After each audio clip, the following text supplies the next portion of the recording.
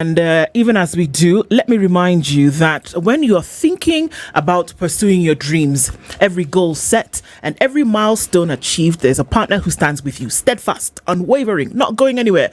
And I&M Bank, the promise is simple. We're on your side. That's it. And whether you're launching a new business, whether you're seeking financial guidance or striving for personal growth, we are here to support, says I&M, and empower you every step of the way. So the commitment is this: innovating solutions to impacting lives. Because at I&M Bank, your aspirations fuel the mission. Discover the power of on-your-side banking. Find out more at any I&M Bank branch close to you. And remember always that I&M Bank is on your side. Spice. So as we get into things this morning, we are having a conversation around bursaries. The big word is crisis, and around funds, and essentially we're asking ourselves, what on earth is going on? Irungu Kang'ata is the governor for a county which we have often looked at and said this sets the mark for what a lot of people should be doing. And I've been asking ourselves the question, so what is it that the people in this county often look forward to? What is it that the people of Murang'a County have then been able to achieve as a result of the leadership? He's here this morning and he's in the hot seat. Good morning. Fine, I'm okay. You're well? Yes. Karibu sana. Asante. Good to see you here. Thank you. And we're getting to a number of conversations today, and we're glad that you graced the hot seat this morning. Just before we started, you and Dennis were talking about your height, and you've told us that it's possible. It's possible that, there would have been a mix in the recipe somewhere.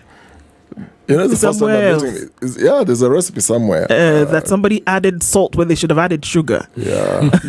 Or the salt shaker that has rice inside. Yeah. So salt and there's rice. No, maybe Kenya is really a rainbow nation. Why are we assuming because I'm a Kikuyu, that's the only blood that flows through my veins? Ethnicity is socially constructed at some level, or at least ethnic conflict. You might be fighting your own blood on the other side. I know. Imagine if you just knew where you were from, then perhaps a lot of the things that we fight over would be deemed unnecessary. That might be a strategy to de-ethnicize. And the thing is, the only one I know called Kang'ata. I've never heard anyone else called Kang'ata. And Governor asked me whether I can check the meaning. So I went to Google. I checked what Kang'ata means. The Swahili version says, Kang'ata ni kushikilia au kung'ang'ania jambo. Sasa wewe umeshikilia mambo na kung'ang'ania jambo. Yeah? Maybe your grandfather picked this as an appropriate name. Well, I really don't know the historical president or the name Kang'ata. Yes. I just picked what I was given by my parents. And you go with it. Yeah. That's good. Well, let's see something else that you can go with, because we're going to take a short trip to Mozambique. And it's one of the Lusophone countries of Africa. And they've had a quote that we would like you to be able to interpret for us. Is that all right? A proverb, rather. And this is what it says. Fire devours the grass, but not the roots. Fire devours the grass, but not the roots. What's your take on that? Yeah, it means when you enter into problems, you can still come back later because the root has not been impacted. It can always rise again. Like a phoenix from the ashes. You can rise again, essentially. Yeah, I guess so. I mean, great to hear the inputs on those. As Wajiro was saying earlier, we've heard and we've seen the things that are happening, and that Irungu Kang'ata has been in the news often, and then more recently for a number of things. The conversation that we're having this morning is around bursary funds and the supposed crisis that there seems to be in this particular area. We saw you at the launch, the continuation of a university, also talking about, continually talking about agriculture and what's being done for farmers and teachers and the medical sector, the health sector rather, in the county. But now we're looking at bursaries and funds. And give us an overview of what's happening at this point with all of this. Thank you so much.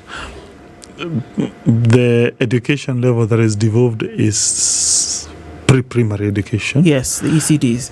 But primary, high school, and university remains a national government function. But there's a huge demand for education across the country, and therefore counties have been giving out bursaries. A question was raised, I think in the month of February or so, by the control budget as to the legality of counties to give out bursaries. Yes. And therefore, a circular that was mainly like an embargo was issued by control budget saying that going forward, she will not grant requisition for bursaries unless there is an partnership agreement between counties and national governments. The effect of that was to suspend issuance of bursaries immediately.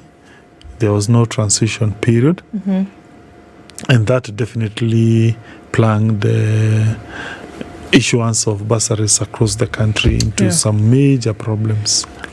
A good example I'll give is Mandera County, which the governor has a program which pays for all high school students full fees. No one pays any high school fees in Mandera County because the county pays all fees. Yeah. So that then means all those children in Mandera practically will not go to high school unless they use what we call out-of-pocket expenditure.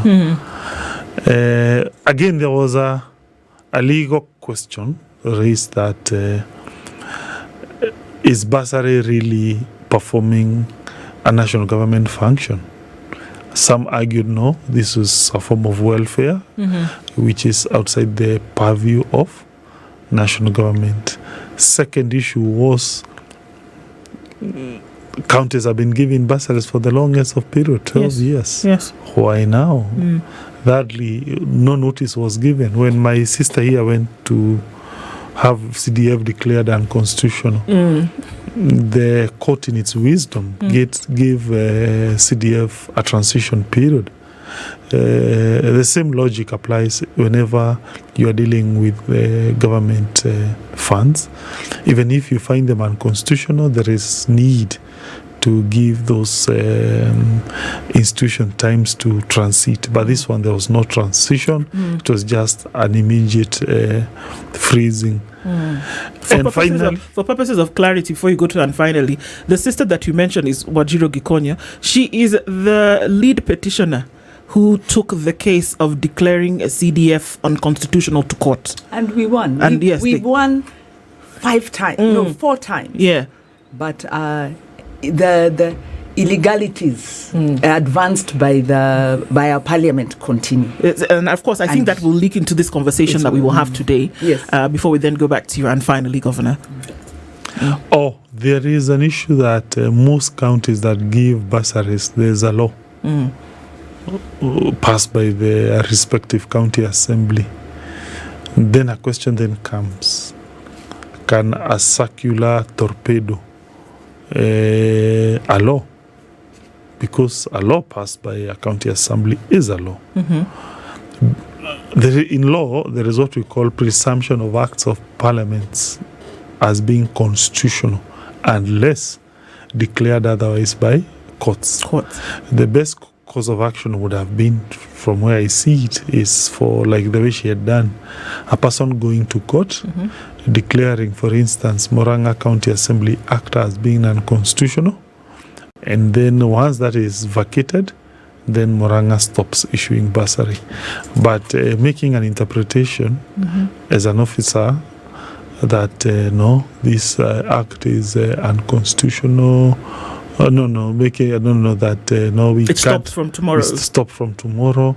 I'm not so sure that was the right procedure. Be that as it may, a case was then filed. There was a case that was filed in Nakuru. Yeah. And some orders were issued. Yeah. Basically, the orders, I think the case was by Katiba Institute. Yes. And plus another one petitioner. The orders simply stated that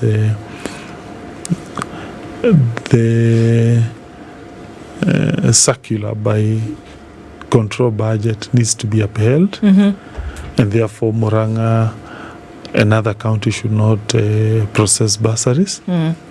Then we went to court ourselves. We argued that the order was misconstrued. Then, on the basis the order was not barring counties from releasing that money this financial year, the court agreed with us. Control budget did not agree with that interpretation. She went again to seek a second clarification. Murang'a County filed contempt. Then later on we signed an agreement. We filed with COB. We withdrew the contempt. Again, that was not is yet to be processed. So today we are waiting for the court direction on that issue in Nakuru. We hope that we might at least alleviate the Governor, you're in court. I think the COB gave the directive maybe in February. Yes. We are talking about rule of law. You're a lawyer. Murang'a County is number one of the counties. Congrats. As a devolution supporter, I'm always very proud to be associated with good performing counties and governors. Number one, I think, in agriculture. Number two, in health. I think number one again also, doing very well in education. Really, we are seeing that performance. But rule of law. Since the COB has continually raised the issue of constitutionality of county governments giving bursaries. That has been in her report or in successive COB reports since those reports started getting published. Equally, they have raised the flag when national government takes over county functions, which is happening. And in fact, every day we look, road maintenance levy fund, I understand now, might even have moved completely to the national. It has been one of those contested. Still being contested? I don't know what that means for county roads. It's been a long standing. So, this functions issue, surely rule of law cuts both ways, because the argument is a function is assigned, funds follow the functions. We've been in court severally, partnered with COB, to push for funds to come to the counties. How do we stand with counties when counties are in violation of the law? Why not get the intergovernmental agreement? Because there is a law that allows for this process to take place. So, rule of law, are you really setting the right tone and example on this one? Since February, you could have gotten the dialogue with the national government and do the intergovernmental agreement. Is that very difficult? It's okay. First, we believe that the County Assembly of Murang'a, in its wisdom, has passed a law on bursaries. And therefore, we were requisitioning bursary based on a legal provision. But there's a constitutional... The County Assembly cannot legislate an unconstitutionality. That's a national government function. And there is also an intergovernmental act. And the COB is a constitutional office, which is why I'm saying, as much as we have gone to court on CDF, and I think, Governor, you've been on our side, and then not on our side, depending on where you sit. We are saying rule of law exists to protect the rights of citizens from the vagaries or the excesses of the state. Is this not an excess of the state in the County Assembly then exercising, going against the rule of law in legislating an unconstitutionality? That's okay. Go to court and have the act declared unconstitutional. A court of law, not an individual. You know, we all have different interpretation of laws. You know, laws at times I describe them as Bibles. There are so many churches that have arisen out of a single document called a Bible.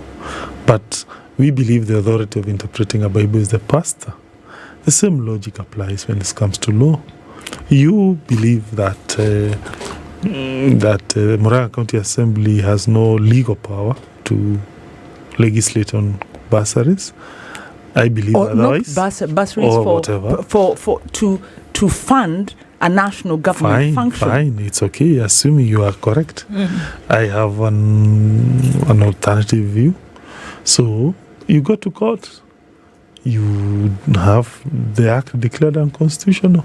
Then we comply. But if we leave that now to an officer seated somewhere, a bureaucrat saying, no, this law is unconstitutional, I am not sure it's the right procedure. Are you implying that the bureaucrat in question, the control of budget, a constitutional office created under what may be considered a fourth arm of government, and created because we have really coming from the excesses of a presidential system that muzzled and undermined the judiciary, muzzled and undermined parliament. The framers of the Constitution of Kenya, based on the consultations with the people of Kenya, in their wisdom, sought to enshrine constitutional offices, the Auditor General, and other offices, to protect to ensure separation of powers, ensure rule of law, and to promote a culture of constitutionalism. So in your actions, are you not undermining rule of law and constitutionality and muddying the waters and confusing Kenyans who might think we have a great governor, but here he is fighting the constitution? Why not simply comply and get the intergovernmental agreement as laid out? That's my question. You might have the interpretation, but are you then saying that the Intergovernmental Act has no basis? Can the national government then come, take county functions, and use your same argument? Let's hear the answer to the question. Yeah, unfortunately they do. No, my answer is that that interpretation, I don't agree with it, and the only entity that has the legal competence to declare an act on a county assembly unconstitutional is not a bureaucrat, it is the court. Be that as it may, even assuming you are correct, we now have an agreement between Murang'a and the national government. Where are the funds? Where are the funds? So your case then is overtaken by events. Where are the funds? For purposes of clarity, we have that agreement. No, what can Murang'a do? Surely we have done that which ought to be done. So and by the way, you have the agreement and you've lodged it in court and with the COB. Yes. So she can approve the resources. Yes. The question is, where is the money? Where is the money? Second question. Okay. No, this is have the financial management. We have the money in our CRF, what we call County Revenue Fund. We are waiting for the requisition to be approved. So if you did lodge the intergovernmental agreement, why continue with the case? No, exactly. We have withdrawn our content. It has been withdrawn. The question is, and I think we have withdrawn. We are not interested in anything. So I'm just saying, where is the money? But also, let me also ask you a question. Can you now go, let's say, for instance, and I'm sure there are hospitals, let's say dispensaries or health centers, level 2, level 3, or even level 4s, which under the law, they ought to be in the county. I'm sure there are some currently that are still managed by the national government in some place. Are you saying you would go there and start plucking machines? Just because it's unconstitutional. Just because it's unconstitutional. You find a patient there sleeping. You say, what is happening here is unconstitutional. I pluck this, you die. Can you do that? No, I think that sets the premise for the question. There's a moral. No, that's point. That's there is a moral. One-sided. Just a minute. Allow me to finish. Kindly. 1-0. No, allow me to finish. I think what is necessary is to explain what the bursaries do for students in the county. Allow me to finish. There's a real moral issue from where I see it that we may argue about constitutionality, law, But behind that argument, there are real children, human children, suffering out there. Now, Governor, Suffering out. No, Yeah. allow me to finish, Okay. because at times I feel we, those of us who are somewhere, at times we don't see the human cost of some of these problems that we render. This is something that has been granted to the counties for the longest of period. The best course of action would have been to give counties a notice. You tell them, okay, fine, you have been doing something wrong, unconstitutional, I'll give you 2 months, going forward, blah, blah, blah, such. But surely, you must understand this requisition, and behind them, they are humans, they are children. Imagine from February, like here in Nairobi, no single child in Nairobi who receives county bursary has received in support.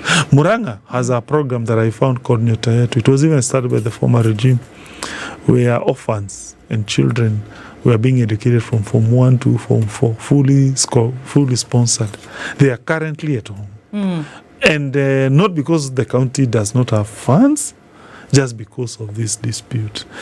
And that time they will not recover at all. It will not. Time is running. Then we are now when? How many days after second term started?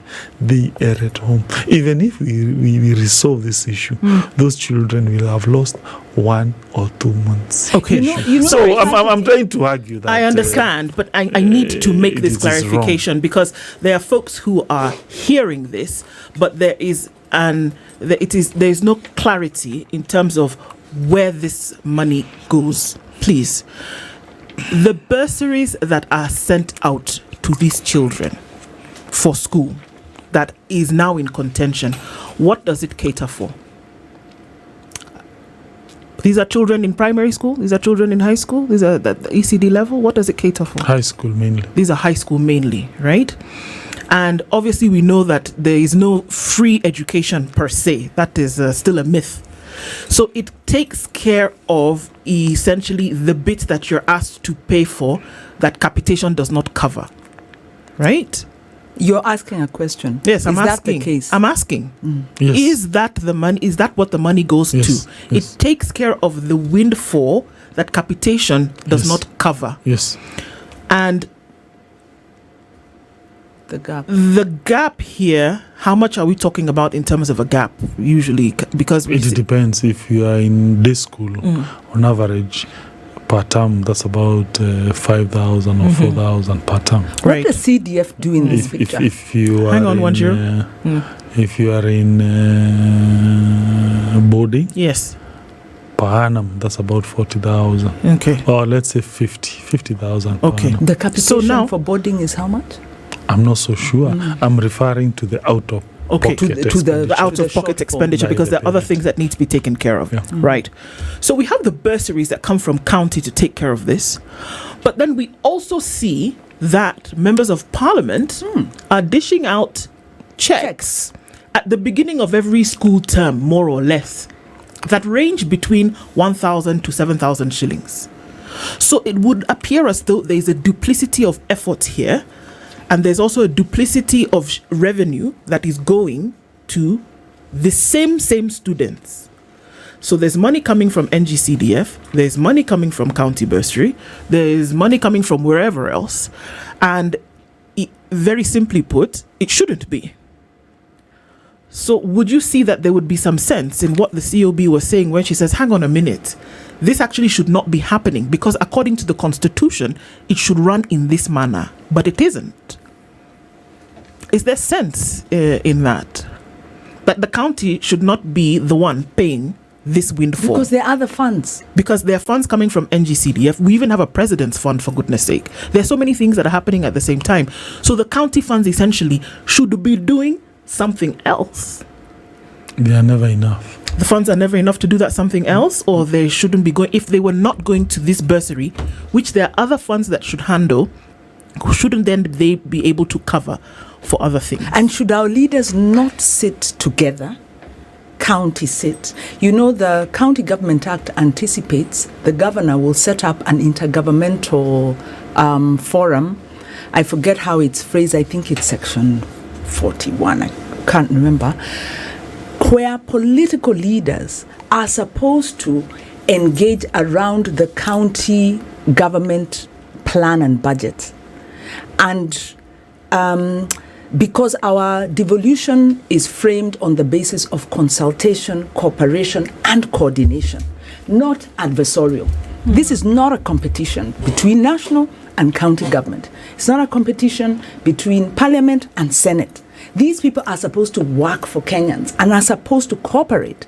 So I'm sure, and maybe I should ask, have you set up an intergovernmental forum for political leaders to consult so that you don't have to fight over intergovernmental agreements or lack of, to consult so that you don't have duplicity and gaps and overlaps, so that we don't have children sitting at home? So children aren't sitting at home when there is money that is going down there and maybe getting into the wrong pockets because these systems are siloed. They are not speaking to each other. They are not, and then we don't have visibility. One of the gaps is that we don't have visibility of where this money goes.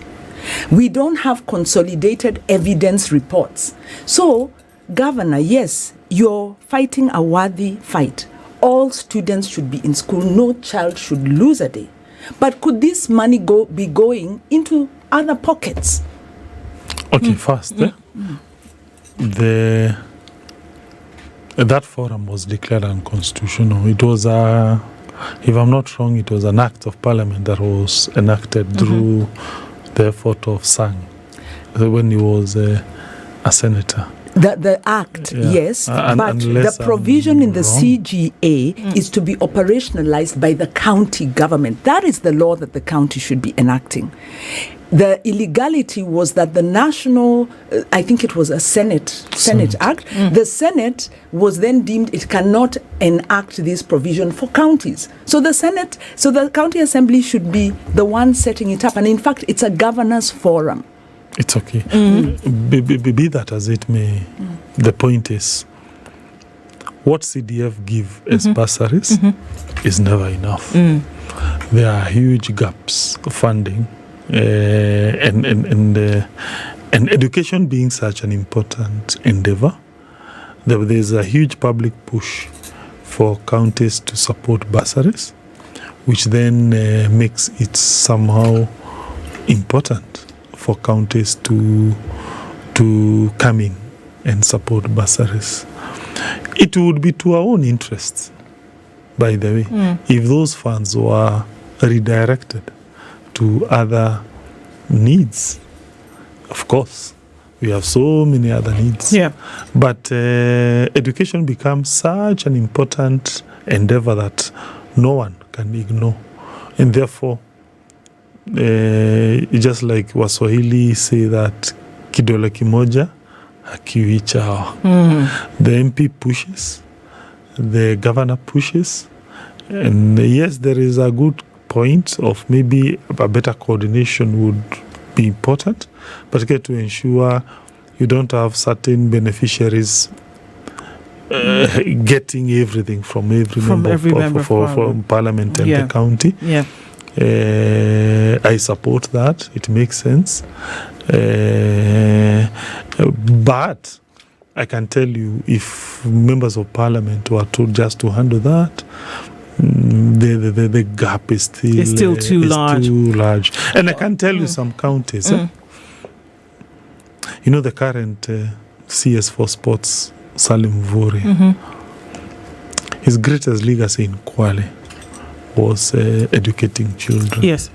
And he did it so well that he was able to push in, sorry to say, but the very fact the current governor is a lady, Madam Achani, a lawyer, I know she's a Muslim, and she was able to be elected. And she was a deputy of Salim. Yes. And I can tell you that has something to do with the work that they did together of educating Kwale children. So I'm just telling you how important education is and the role the counties do, like in Kwale or even Mandera, Yeah, that you cannot really redirect those funds to other important endeavors within the current setup. But I support if we could do it in a collegiate manner. Right. Yeah, I have no problem to that. But for me, of more importance is that these disagreements have caused children of Kenya to lose 1 or 2 or 3 months out of school. Talking with the governor of Murang'a County, Irungu Kang'ata, and asking certain questions. But the case has also been made to collapse all of these funds that are all over the place into one fund that is going to educate children. I mean, it really does sound like it's a no-brainer, but it would appear as though sometimes there is a benefit that is achieved to have all of these things all over the place, and the benefit is not being seen by the children. Someone else is benefiting. You know, the bursary funds crisis, and what ought to take precedent, the rule of law or the protection of those who've been benefiting from these bursaries? Dennis? You know, there's a context around the politics of bursaries in this country. And I dare call it the politics of education aid, where it's so politicized, especially every election cycle, we seem to be having these conversations. And I circle back to the core issue here, because there's the whole idea of who controls the money, how much is allocated, and so on and so forth. But if we go to the Auditor General's remarks and the concerns that have been constantly been raised, is about the disbursement of these millions in bursaries without proper documentation, one, and also highlighting the need for improved oversight and accountability for these allocations. In the last financial year, the government allocated approximately 56 billion to the education sector. However, if you go to check the specific distribution of these funds to individual students at, the constituency level, at the county level, remains so unclear due to the lack of a unified bursary system. And that's the reason why this calls for consolidation and the arguments around it and the discussion on the various bursary funds from the CDF to the county. I was reading some of the NGO bursaries, ministry scholarships, all these things. Shouldn't all these things be consolidated in one transparent and efficient system so that we move outside the politics of who controls what, how much is controlled? Should this be in one system? I have no problem myself if we could consolidate bursaries, and if that consolidation would then make, let's say, high school education free, I would definitely be one of those who would join in any endeavor that would make particularly secondary school education free. And why not?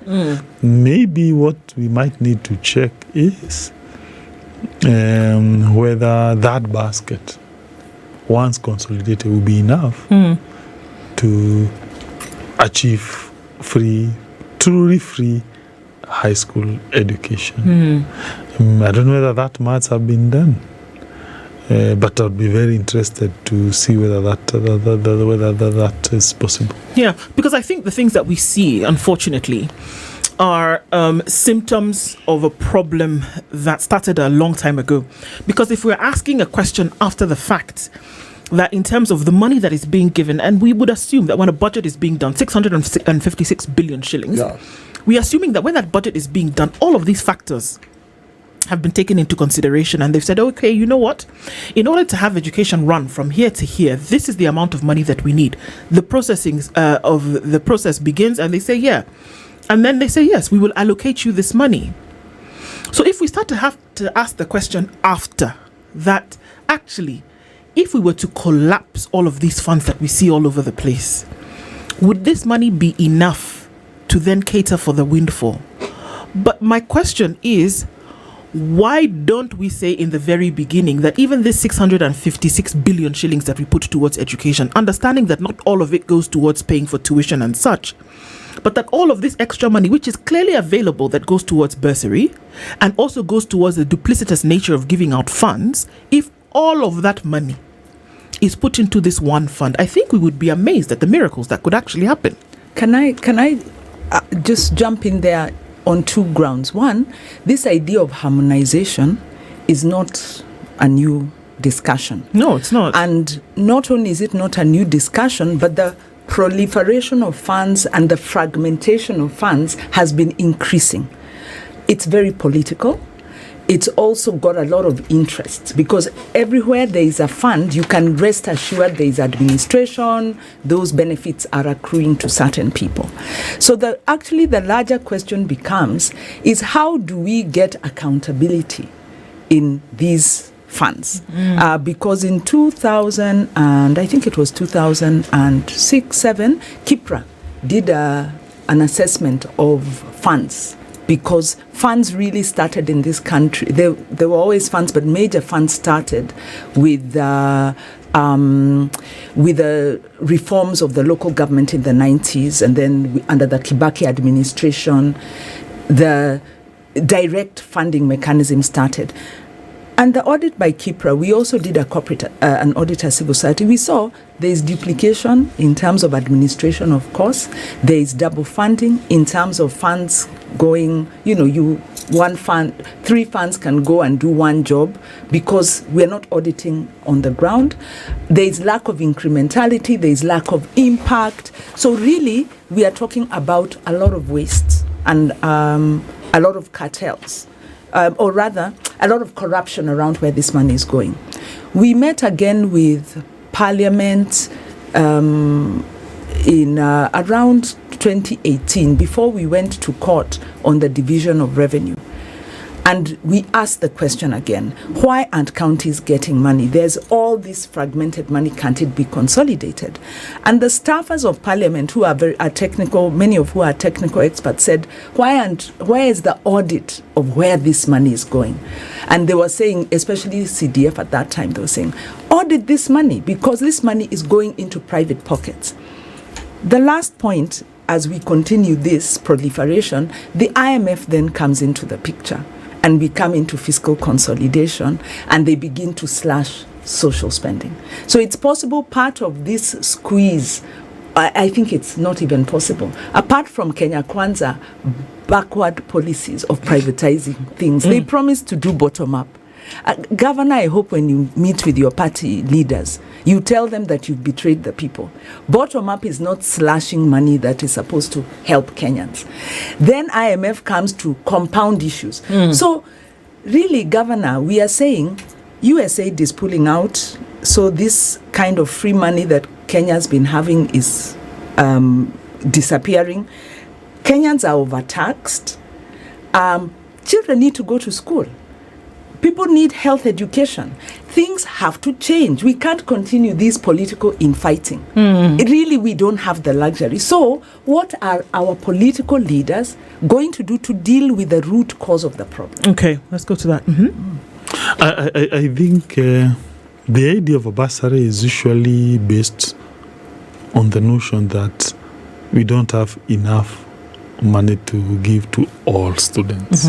And therefore, there has to be established a fund to choose those who deserve and those who do not deserve. Please, everyone, can you take your phone and you use your calculator? We do a simple calculation. Wanjiru, can you say Muranga has 260 day schools.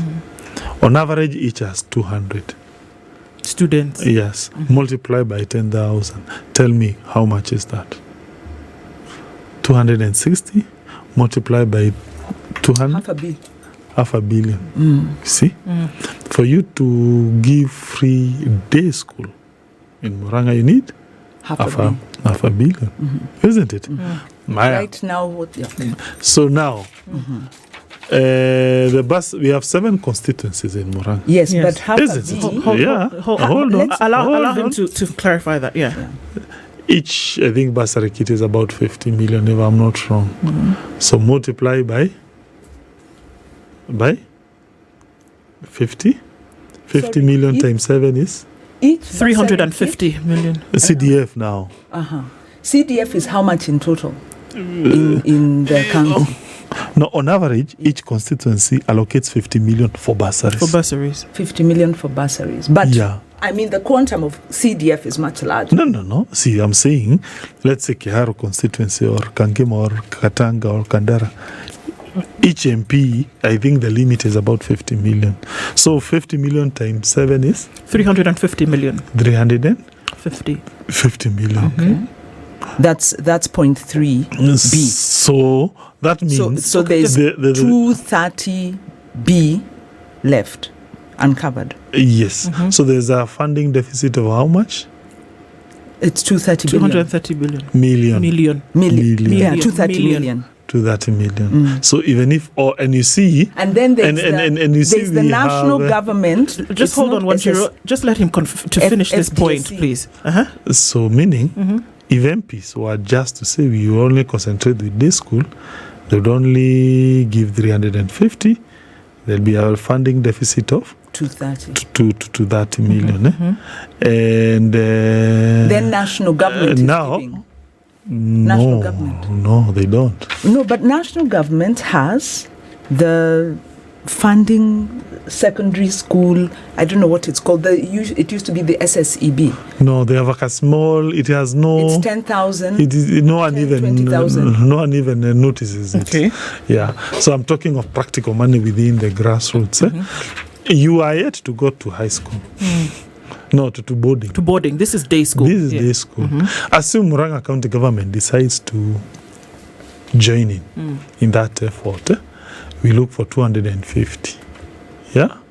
We do 250. MPs give us 50 million. Probably. We would then be able to offer day school education. But you are yet to consider boarding. And no boarding, okay, we have about 80. We have about 60. 60 times 60 schools in Murang'a. Yes. Times 500. Yeah? 60 times 500 Is 3,000. 30,000. 60 schools Yes. times 500 students times on average 60,000. What's the amount? Comes to about 180 million. So meaning you have to think, where do you get 180 million per annum to consider our boarding schools if you want to give out and out. And this is just Murang'a County that Yeah, we're talking of course, about now- We're looking at the 7 constituencies Yes. that make up the county. This is the amount of money that is needed to send children to school, Yeah. not having considered boarding. Well, now we've considered boarding, right? But then where does the money that comes from the national government that is sent directly to schools that covers capitation? It used to be 22,400 and so odd. It was reduced to 17,000. So that's what has been accessed over the last 5 years or so. So what happens with that money? Or are we saying that this is money that is needed outside of the 17,000 that goes towards capitation? What does capitation cover? Is it bursaries or does it cover running of Tuition. No, it It's means tuition? Yes. basically it means if we are paying 10,000 per in out of pocket day schools education. Without capitation, they'll be paying 25,000. If I'm not wrong, they give 22,000 per. It's been reduced to 17 because we are told that 5,000 is retained at the ministry for whatever reason. Yeah. So what actually now goes is 17,447 or something like that. So this doesn't add up, Governor. If we use your own arithmetic and we now factor in capitation at 17,000, this would be for day or boarding. Let's assume it's for day. You said we multiply by 260 schools times 200 students. That doesn't even add up because that figure comes to like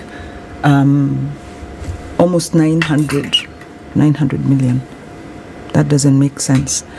But not all are all the students eligible for capitation? Yes. Yes, Yeah, every single student is eligible for capitation. So even as we sit here, Governor, looking at the capitation from the national government, looking at CDF, county shouldn't even be in this picture. Even if we look at these two, this money should be enough. Could it be that money is being released and pocketed, and what you're doing is actually now filling in the gaps of money that is being stolen or misdirected? So should you not, it's fine, students should be in school, but do you not have a duty to deal with the causal problem of this shortfall? Could it be national government is saying they are sending money, and then as they speak to the IMF, that money doesn't get released? Should that not be a big issue? Does a government that doesn't release money for education deserve to be in power? What are your thoughts on that? I'm saying, I need him to answer, yeah. You're putting the burden on taxpayers, because all this money comes from the taxpayer's pocket, and then it's going into somebody else's pocket, and there's a lot of politics, and children stay home. Please tell us, what is the root problem, and are you going to assist Kenyans get to the bottom of it? Well, it's okay, but allow me not to be the spokesman of another arm of government. I can only speak things that are within my purview. I have no doubt my friend Mwaura would answer that. But can you really escape that under Article 6.2? You can't answer like that, because national and county governments work together. So when you speak, we assume you have spoken to them and you've agreed. And where you've not agreed, you do the dispute. Where is the dispute over education? Why is it in court being framed as money from Murang'a County instead of a dispute that national government isn't releasing money? Well, as everyone has correctly stated, remember our role as counties on matters of high school education is quite limited, very limited. In fact, is once you're done with bursary, that's it. Okay. As to whether that's not constitutional. Don't mislead us. As to whether capitation has been sent to high school, I think that's the whole logic of us having parliamentarians, because their role is to represent. You see? And they, particularly on matters of national government, I have no doubt that they ought to raise these issues at the National Assembly Committee on Education, and because that's where these issues are canvassed. But also, okay, that maths for me, by the way, is not really bad. It shows for me that if members of parliament and counties, they work together, it is possibly they can deliver free day school education. Our time is running out, Governor. The deficit would be in boarding and also college. You're advancing an illegality. So in terms of what would happen in the near future, where we're looking at children going back to school, really quickly, as our time is running out, Governor, what would then be the solution? Yes, me personally, I support the idea of a collegiate approach to this problem. Particularly to render day school education as free. And for me, I would really support such effort, if that includes us surrendering the support to whoever who will help Kenya.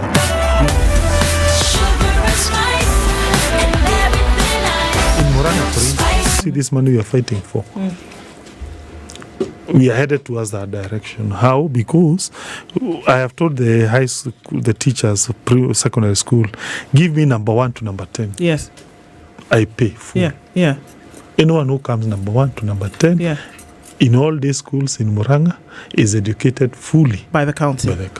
I hear you. The logic there is to, one, it is objective. It's not subjective. Two, the assumption is that the people who go to these schools tend to be from the lower income. Yes. Isn't it? Yeah. 3, the day the idea of consolidating bursary funds come into fruition, they'll find Murang'a has catered number 1 to 10. They just start from number 11 and keep going. And keep going. And That's we a are great done. place to end on. We want to thank you so much for being here this morning. Governor of the county of Murang'a, Irungu Kang'ata, has been our guest this hour. Still sticky, thorny issues, but important for us to talk about them and see what happens coming into the future. Thank you so much for being here. Until the next time that we talk. Good morning. This is the Situation Room, the only way to start your day.